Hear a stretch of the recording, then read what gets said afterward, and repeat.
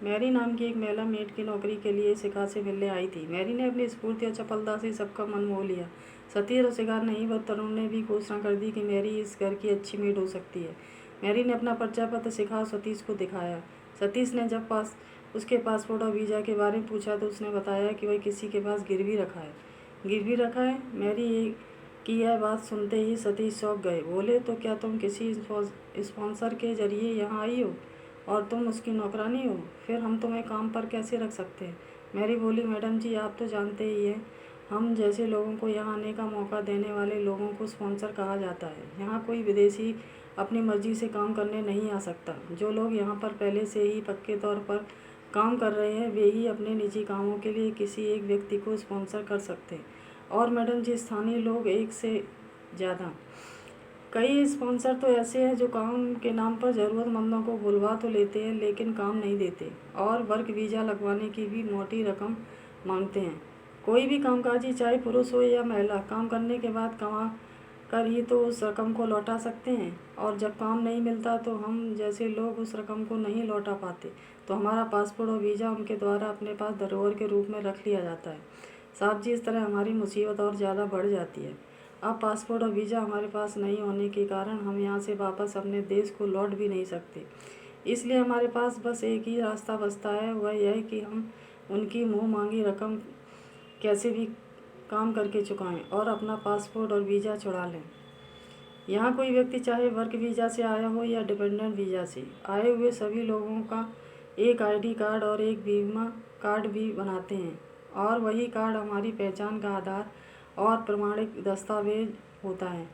कभी अपनी पहचान बतानी हो तो हम यही दिखाते हैं। इसलिए यहाँ रहने के दौरान बिना पासपोर्ट और वीज़ा के कोई मुश्किल नहीं होती। वह हमारे पास रहे या दूसरे के पास, इससे कोई फ़र्क नहीं पड़ता। सतीश और शिखा के लिए यह जानकारी कोई नई नहीं थी।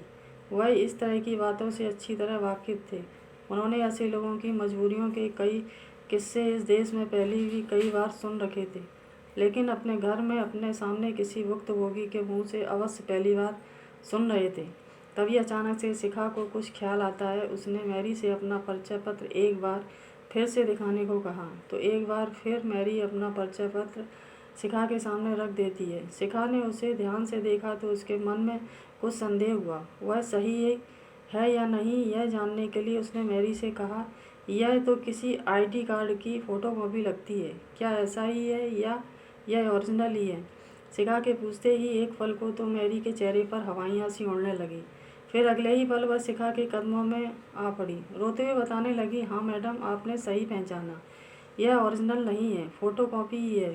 दरअसल एक बार जब मैं अपने स्पॉन्सर को लगातार 4 महीने तक अपनी किस्त नहीं दे पाई तब उसने मुझे धमकी दी कि वह पुलिस को यह सूचना देने जा रहा है कि वह मेरी स्पॉन्सरशिप से हट रहा है।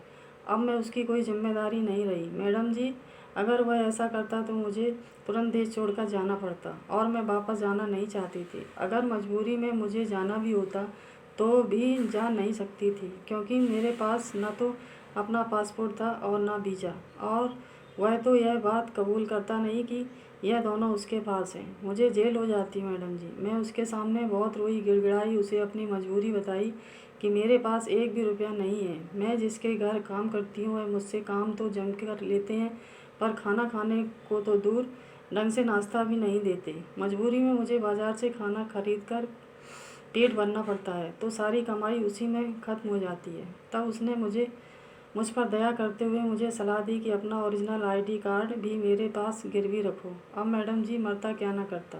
मैंने वही किया तो तब से मेरा ओरिजिनल आईडी कार्ड उसी के पास है। उसी ने मुझे यह फ़ोटोकॉपी तैयार करके दी है। आमतौर पर तो घरेलू नौकरानी से कोई नहीं पूछता, फिर भी तो पूरे दिन किसी एक घर में ही रहती हूँ, कि इसलिए मुझे यह कहीं दिखाना भी नहीं पड़ता। कहीं भी आने जाने के लिए मेरे पास बस का पास है तो एक तरह से वही आईडी का काम कर रहा है। मैरी की आप बीती ने दंपति को द्रवित कर दिया। अपने देश के लोगों की दुर्दशा पर दोनों को रोना आ गया। दोनों मन ही मन खूब रोए भी। ऐसे लोगों को हर संभव मदद करने का इरादा भी बनाया, पर चाह कर भी मैरी को मेड के रूप में काम पर रखने का फैसला नहीं कर सके। दंपति ने मैरी को समझाया, देखो, हम तुम्हारे साथ पूरी सहानुभूति है, तुम हमारे बच्चों के लिए एक अच्छी मेड भी हो सकती हो। यह हम पहली मुलाकात में ही जान चुके हैं। फिर भी हम तुम्हें काम पर रखने का जोखिम नहीं ले सकते, क्योंकि तुम्हारे पास एक भी ओरिजिनल डॉक्यूमेंट नहीं है। जैसे ही हम स्थानीय पुलिस को तुम्हें काम पर रखने की सूचना देंगे तो तुम्हारा वेरिफिकेशन होगा। वह तुम्हें नकली कागजात पेश करने के अपराध में गिरफ्तार कर लेगी, और अगर हम तुम्हें गुपचुप रूप से रख लें तो तुम्हारा अपना स्पॉन्सर से मिलना जुलना बंद हो जाएगा। जब तुम उससे नहीं मिलोगी तब वह तुम्हारे खिलाफ शिकायत दर्ज करवाएगा। हमारे पास इतनी रकम तो है नहीं कि उतनी रकम देकर तुम्हें उससे छुड़वा लें। ऐसे में तुम तो उसी दिन यहाँ से चलती बनोगी। तब हमारे बच्चों का क्या होगा? हम दोनों में से किसी एक को नौकरी से छुट्टी लेनी पड़ेगी और अच्छे खासे बैठे बैठाए पुलिस के झंझट में पड़ जाएंगे, सो अलग। और हाँ, हम तुम्हारी सभी बातें क्यों मान लें? एक तो तुमने आते ही हमसे अपनी सच्चाई छुपाने की कोशिश की, यह तो हम पहचान गए, वरना तुम तो हमें अंधेरे में रखने का इरादा रखती थी। मैरी ने अब सुहाना की तरफ बड़ी आस भरी निगाह से निहारा और अपने शरीर पर क्रॉस का निशान बनाते हुए बोली, मैडम, गॉड प्रॉमिस मैं झूठ नहीं बोलती। जैसा आप सोच रहे हैं मैं ऐसी वैसी औरत नहीं हूँ। सच्ची हार्ड वर्कर हूँ, ईमानदार हूँ, बहुत मजबूर हूँ। शिखा ने उसके दर्द को समझते हुए पीठ थपथपाकर उठाया, उसकी हिम्मत बनाई और बोली, देखो मैरी, हम तुम्हारे साथ पूरी सहानुभूति है। हम यह नहीं कह रहे कि तुमने जो कुछ हमें बताया वह झूठ है, पर हम अपनी सहूलियत के लिए मेड खोज रहे हैं, एक और उलझन खड़ी करने के लिए नहीं। हम भी इस देश के कायदे कानून से बंधे हैं। मेरी सलाह है कि तुम कोई काम ढूंढने की जगह किसी तरह अपने देश वापस लौटो। हाँ, मैं तुम्हें एक भरोसा दे सकती हूँ, यदि तुम इंडिया लौटने के बाद भी यहाँ आना चाहोगी तो हम तुम्हें अपनी खुद की स्पॉन्सरशिप पर बुला सकते हैं। हमें एक व्यक्ति को स्पॉन्सर करने का हक है। तुम्हारे वीज़ा की फ़ीस का और आने का खर्चा हम उठाएंगे, अपने घर में रखेंगे। जो भी हमसे बन पड़ेगा वह हम करेंगे। सरकारी रेट पर वेतन और सुविधाएं देंगे, क्योंकि हम जानते हैं कि तुम हमारे बच्चे के लिए अच्छी मेड साबित होगी और हम छोड़कर कहीं और जाना पसंद नहीं करोगी।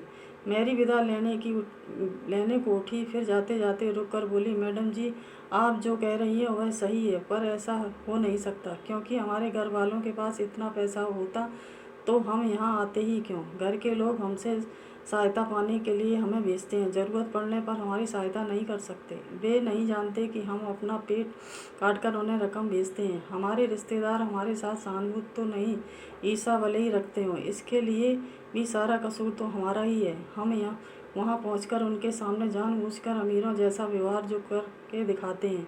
आप दोनों ने मेरी बात सुनी और अपने मन की बात कही, उसके लिए आपका शुक्रिया। आप मुझे बैरिंग लौटा रहे हैं, फिर भी ऐसी हालत बने कि मैं सही सलामत हिंदुस्तान वापस लौट सकूं तो